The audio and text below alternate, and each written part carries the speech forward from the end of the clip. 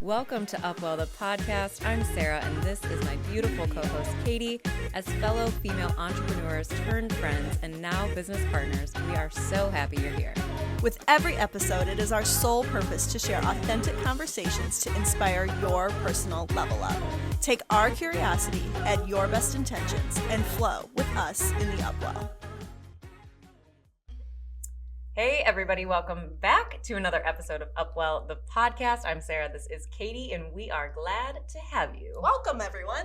I am admiring Katie's sunshiny tan, and I'm slightly jealous. Yeah, I've been outside a lot. No, I hope to play catch up. Yeah, because I remember last summer you were leaps So and tan. bounds ahead of me. And Some of it could have been bronzer. I'm not gonna lie. But this year I made a point of making sure I got my base tan starting in April, so that way I'm good to go, ready to rock and roll. Yeah. Well, you just feel so much better. You feel better when you're tanner. I just feel more confident when I've got some glow going on my color. skin. Mm-hmm. But you just feel better when you're outside more. Yes, which is great because that's what we're talking about today. How crazy. What a segue. What a segue that was. Woo! So yes, we are talking about grounding and your connection to the outside world today. Yes, and this is actually one of our favorite topics that we discuss kind of behind the scenes so much because we're just so adamant about it, especially in the fields that we're in. You know, we're kind of in the business of helping people recognize their own potential to heal their bodies and helping along with that process. And nature is just such a powerful component, such a big piece of that puzzle, I think. Then it's such a big part of my life personally that it's actually my nickname, Barefoot Katie. Yeah. Because I This spend girl, almost all my time barefoot. she has shoes on. I'm shocked. You know what? For whatever reason, I didn't take them off before we started rolling, but usually I'm barefoot when we're recording. I know. And I haven't been wearing shoes either, but Yeah. I've got them on today too. So That's all right. Oh, well. Sometimes, however they are a barefoot shoe, so Yeah. it still counts. It does. She's still barefoot, just in a shoe. Yes. Okay, so let's roll right into this. Today, we're going to talk about not just nature, but a little bit more implicitly, we're going to talk about the science of grounding and talk about the connection to the earth and the capabilities it essentially has to help us heal from all sorts of different things. So Katie was sharing someone that she follows on Instagram earlier. That's a big inspiration for her when it comes to just natural human things and being connected to nature. But he had a really incredible quote that I wanted her to share with all of you guys. Yeah, if you don't have time for nature, it won't cede you time. And I think that is very profound. If you really think about it, like we call it Mother Earth, Mother Nature. It's there to care for us. It's there to nurture us. It's there to make us whole. Yeah. As humans. Yeah, I agree. And that is by Dr. Jack Kruse, Kruse. I spelled that way wrong. That's okay. I saw she spelled it wrong, so that's why I corrected the spelling. But yeah, he's phenomenal in the world of not only sunshine, but like grounding and just your connection to nature and what artificial things are doing to the human body. He's a neurosurgeon and he is brilliant. Yeah, I love that. And I live by a saying, I wrote it down, I don't know why, but I kind of say it really all the time. But our removal from nature really is the root and the cause of dis-ease in the body. If you think of the word disease, it's hyphenated. It's dis-ease. It's unease. Something is not going properly. Something's not right within, all the way down to a cellular level in your body. So I think it's so important to remember that our connection with nature heals so much. Yeah, and we as a society are growing further and further away from it. However, I will say I think there is a bit of a movement to reconnect to it. It's a matter of getting people to do it. I think the awareness is there, but I think the actionable movement, the actionable steps that people are kind of hesitant to take, isn't there. Like me, I hate bugs. I freaking hate bugs and I hate being hot. But I go out in nature anyway. Do it anyway. And I do it anyway.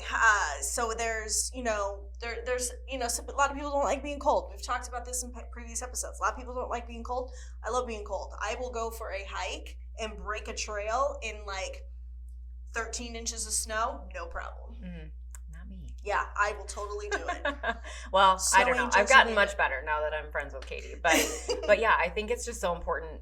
So we are going to offer you guys some of those actionable steps that we are kind of discussing now. But at the end of the episode, we'll definitely get to those. But I think just from a standpoint of society, like you said, the word connection, it's so important because I think people feel they're so connected because of technology. But in essence, we're disconnected from the things that we should be most connected to, I've been saying that, and I probably have said it in the past too, that we've never been more connected as a society, but we've never been more disconnected as a society.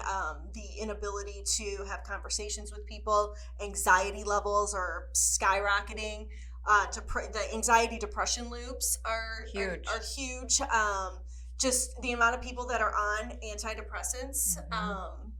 I don't know that statistic right off the top of my head, but I feel like that is a number it's that growing, is just especially growing. since 2020, with the pandemic. And that's proof in itself that connection plays such a huge role in our lives. And I think not even just connection to one another. I think on a human level, especially in Western society, we've lost not only connection with humans and nature, but so much of ourselves because we're in this constant like fight or flight, go mode when we aren't able to drop into our bodies and see how we actually feel and listen to our own intuition and feel into the energies of our bodies. I think intuitively we know so much more, when something isn't correct. But we've got blinders on. Yeah, 100%. Well, and it's the hard thing is trying to decipher like how much is that on an individual level, how much control does that person have over that, and how much has society created, unfortunately, this loop that we're all kind of stuck in. Like we have to work a 9 to 5 to support ourselves, and we have to take the kids here, and they have to play these sports, and it's like all these kind of things that have created the mess that we're in. But like you said, I think the awareness of it is so empowering because then once you see that you are maybe more removed or disconnected from yourself and nature and other humans, like that's your opportunity to fix it because then you put the ball in your court and you decide what you can do, from there to make it better. Yeah, we're always in control of if you don't like the life that you're living right now or you feel like you're just kind of floating by, you have the ability to make a different choice. Yep. Change it, baby. Change it up. And like she mentioned earlier, we will give you some actionable steps on how to start to integrate those things into your life in a little bit.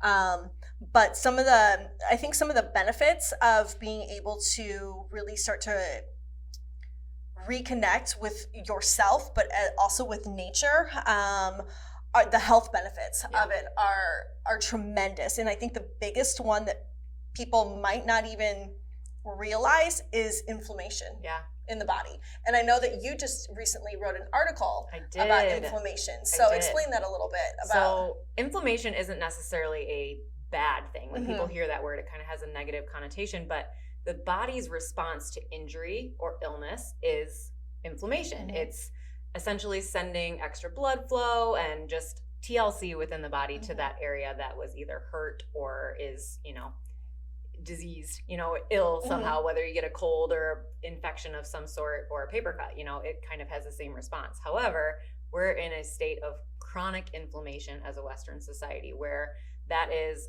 a natural state, an unnatural state that we're living in consistently and not able to get out of. So essentially it's like your body has these reactions to be able to fight disease and fight injuries in short bursts, but if it keeps up over time, it can cause havoc. It wreaks havoc in the body. Everything from neurological disorders, we talked about anxiety and depression, all the way up to dementia, Alzheimer's, MS, Parkinson's, anything to do with your mind-body connection. IBS. Yeah, and then all the way down to immune system problems, digestive problems, everything kind of that root, plug-in point is chronic inflammation. And that can be caused by a lot of different things. So obviously we're not going to dive down into that right now, but just understanding that chronic inflammation is a body response trying to heal itself, but it should be short term. So finding tools and finding ways to help, get rid of some of that for a short period of time or get your body out of that chronic state of inflammation can be, the sky's the limit in potential to heal yourself. Yeah, like if you sprain your ankle, and I use this as an example because I recently just sprained my ankle again. I'm like, that wasn't the first time either. Since I've known her, it wasn't the first time. It wasn't the first time. But I recently just sprained my ankle, and my ankle swelled up, and I immediately I did put ice on it, and I put ice on it more for the pain response. But I knew that the inflammation was going to be going into the area, but that was to protect it, and that was to heal it. But it was a temporary thing. 100%. And my ankle's not going to stay the size of a grapefruit forever, and it shouldn't. It shouldn't do that either.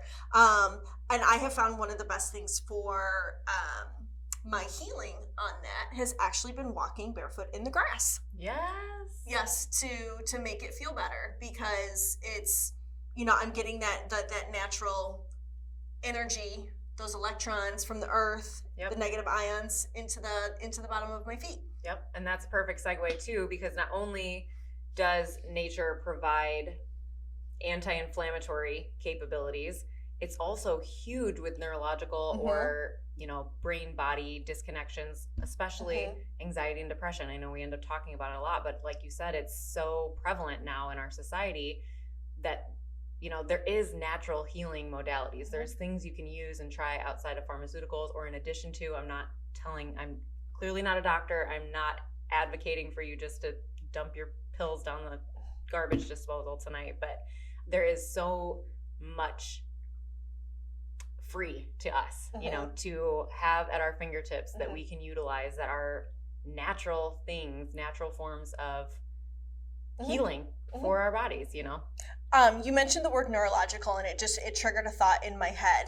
As somebody who is a huge advocate for being barefoot, and you said the word neurological, babies. Now, I don't have children, but whenever I see babies and I see their little feet shoved into shoes, one, I want to scream, but two, I'm like, okay, I'm not their parent, so. But I try. She's just out there ripping shoes off of babies. If I have the opportunity, I will.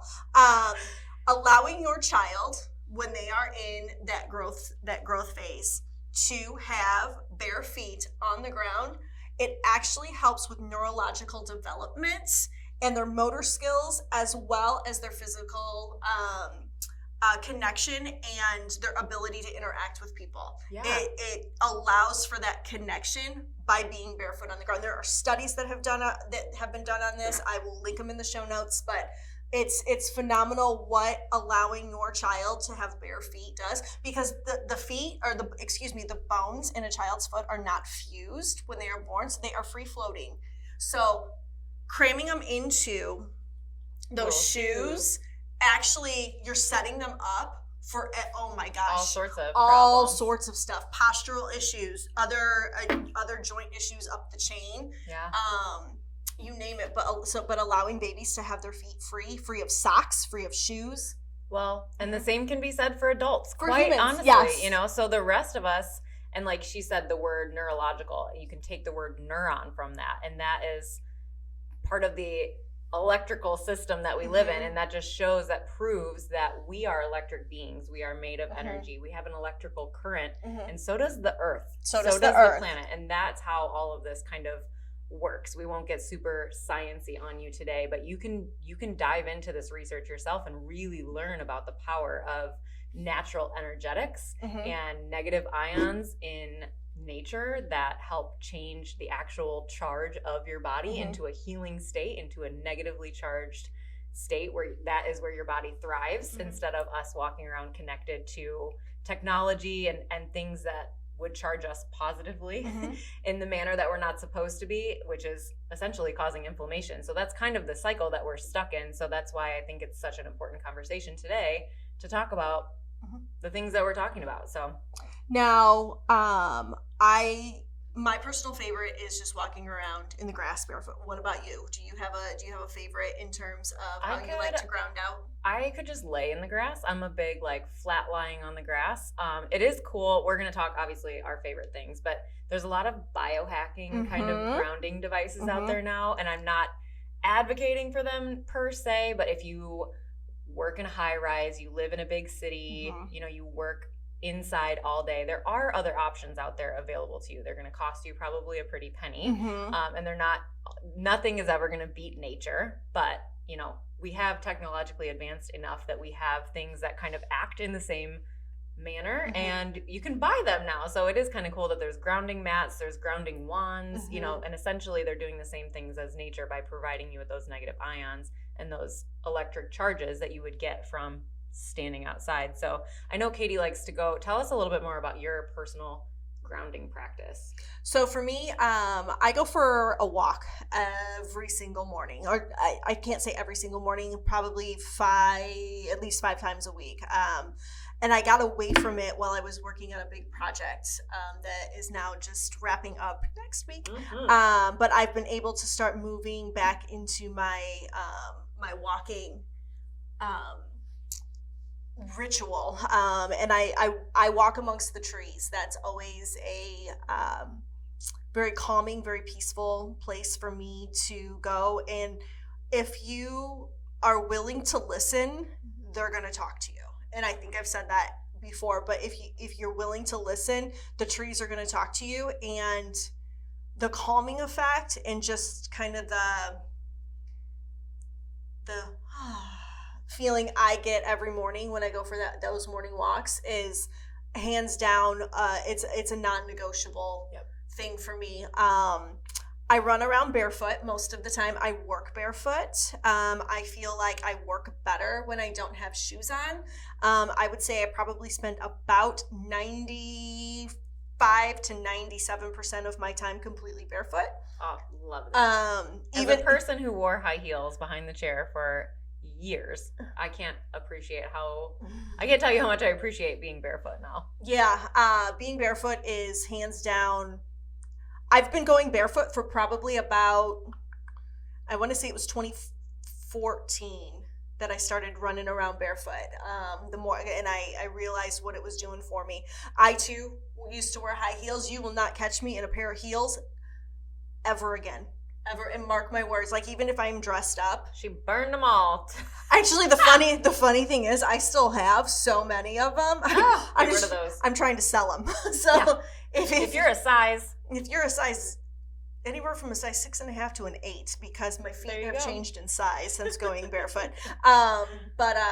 No, like being barefoot, I think is what that's done for me on a therapeutic level is huge. Yeah, and that's actually something I share with a lot of my clients that struggle with anxiety, or they feel frantic, or they don't feel, I literally use the term, they feel ungrounded. If you don't feel grounded and present and calm, that means your energy is not grounded. So if you wake up in the morning and you're frantic and you're thinking about your to-do list and you're running behind, or you have a hard time getting out of bed, like you could potentially be just very ungrounded energetically. So one of the best practices that I have, like Katie said, is just going outside in the morning. Wake up, walk outside. You're probably barefoot when you get out of bed. Make sure you have some clothes on if you have neighbors, by all means, or not.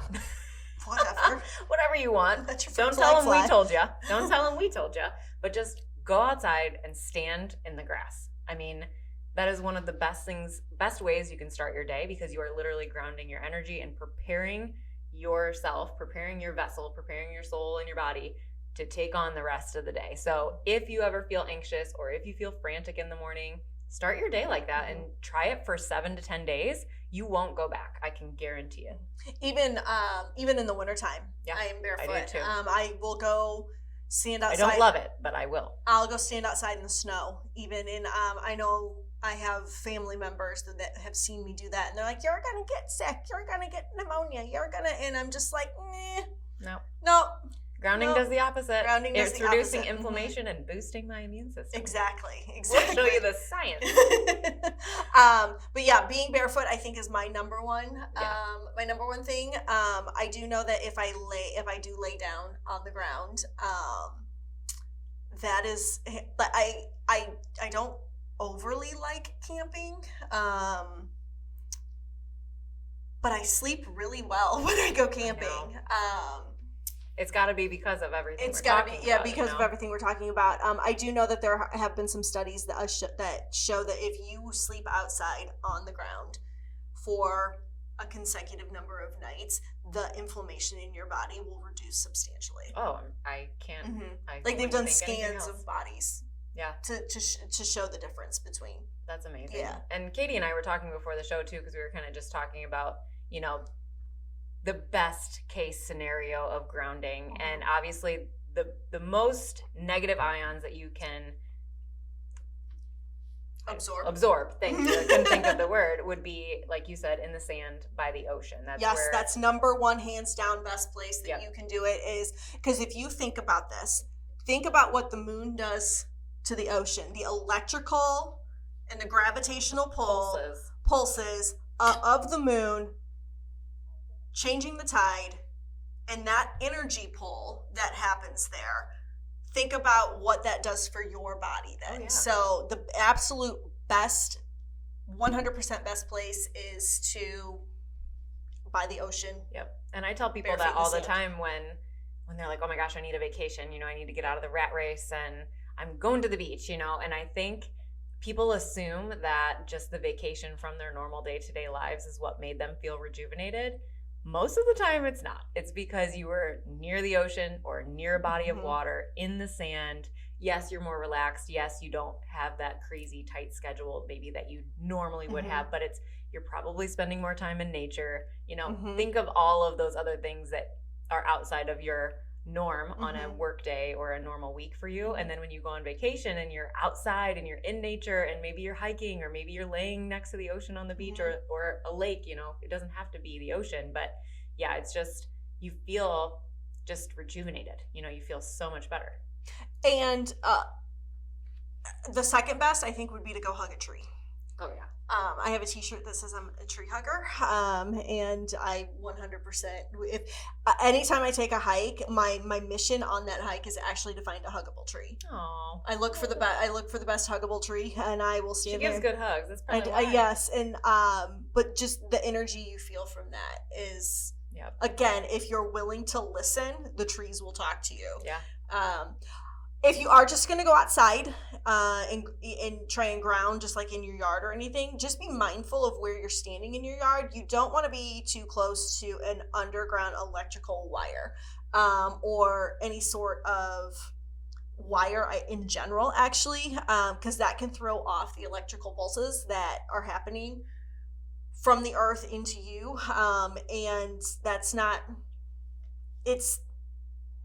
there's better options. Yeah. There's better spots. There's always better spots. So but always remember to do what you can. Do what you can, absolutely. If you're working, in Chicago, downtown Chicago, and you commute in your car and you're in an office building all day and you have a 30-minute lunch where you have the ability to go find some grass, stick your feet in it. Take your shoes off and stick your feet in the grass. Anytime that you can get your feet in ground that is alive, that's going to be the best thing. Yep, 100%. And kind of talking about commuting, that was a point I wanted to make sure I made too, was when you're traveling on planes. Yes, grounding as you travel. So this could be a long car ride too, but it's even more important, I think, when your feet haven't touched the ground. So when you're in an airplane, whether it's a short or a long flight, that is one of the first things that I do when I get off the plane. And I don't care if I look like a crazy person, but as soon as I exit the airport and I find a patch of grass, my shoes are off, my feet are in it, because it's so important to kind of acclimate your body to where you're at. It's going to help the energy of where you're balance your circadian rhythm. It's going to help boost your immune system because you lose so much of that, not just because you were in an airplane disconnected from nature, but it's so important to reground your body when you get to your new destination. So that's another practice, that you could potentially add, especially if you do commute for work or you travel frequently. It's just definitely makes you feel better. And I like what she just said, circadian rhythm, which makes me just want to point out the actual best times of the day to ground are at sunrise and sunset. Just like when we talked about in our sunlight episode. I think we touched on it only a smidgen with how the sun can play into your circadian rhythm, but the same with grounding.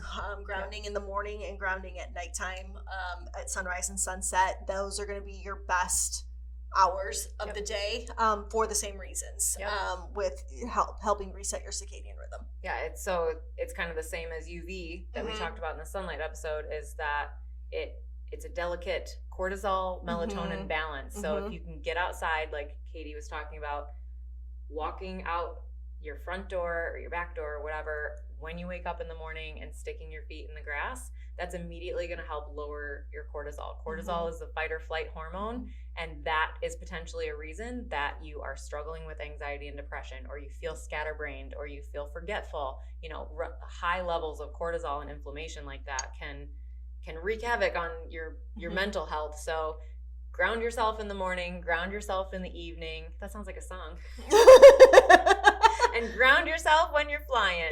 Those are the three best, times and scenarios, but it's something that's so easy to work into your day. It doesn't take time, effort, money, really nothing.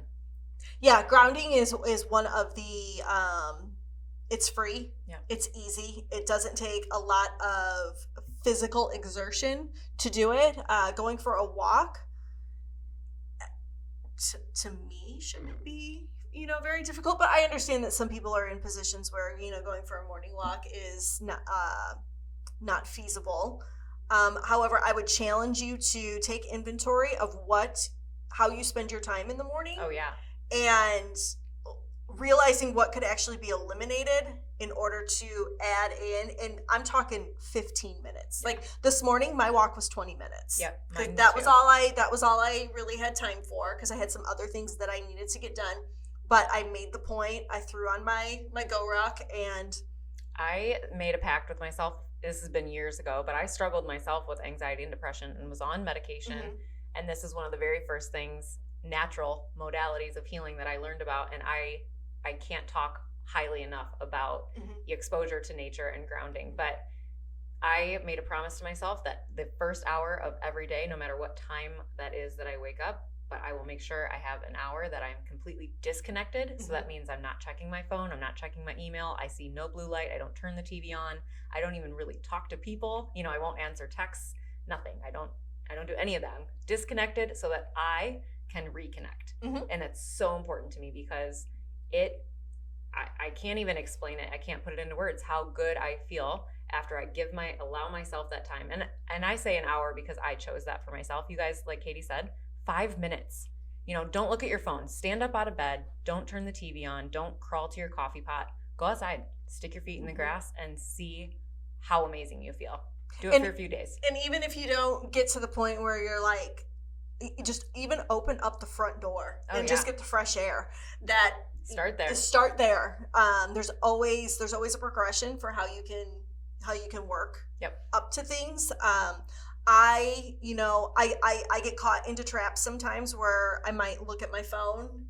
We all do. We're human. I'm not saying this never happens. This is best case scenario. Best case scenario. Yes, I am the same way. I actually have settings on my phone that notifications can't come through. D&D, baby. Yes. Do not disturb me. I have I set that from a certain a time at night till a time in the morning, and I try not to look at my phone. And again, I'm not always successful with that, because I wish there was a way that I couldn't override it, because then we could tape our fingers. We could tape our hands. I'm sure there's an app out there that really I'd be using my nose. Let me text them back. I'm sure there is an app out there of some sort. Maybe you know of an app I'm sure that can block the override, but because sometimes I'm just like,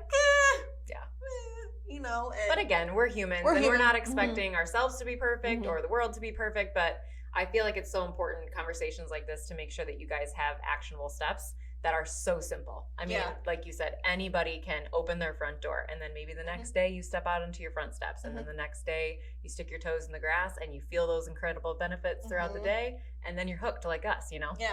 And again, it's one of my daily 5, nature, or the sky. Sky/sun. Sky/sun, which, you know, is outside and usually in nature, going for a walk. Yeah. And I'm usually very disconnected on my walk. I might take a picture here or there of something that's